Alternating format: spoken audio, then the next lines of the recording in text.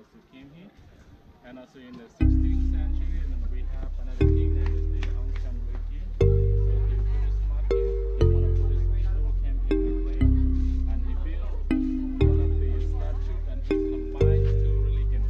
So the Garuda, the Java,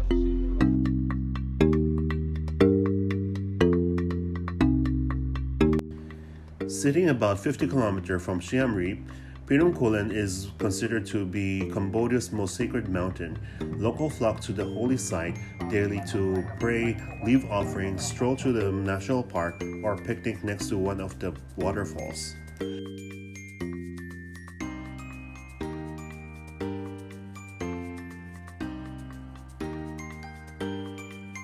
The Reclining Buddha is found on top of the Prang Am Thom Pagoda. Buddha is the centerpiece of the pagoda and fits well into the overall design. The Reclining Buddha was not sculpted at a more convenient location and carried to the present site. The Reclining Buddha is a massive feature and stretches of 8 meters in length. This makes the largest Reclining Buddha in Cambodia.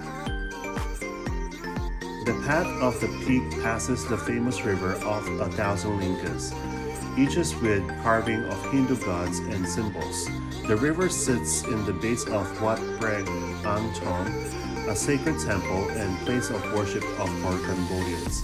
Visitors are reminded to remain respectful, covering shoulders and knees and removing shoes at the base of the steps.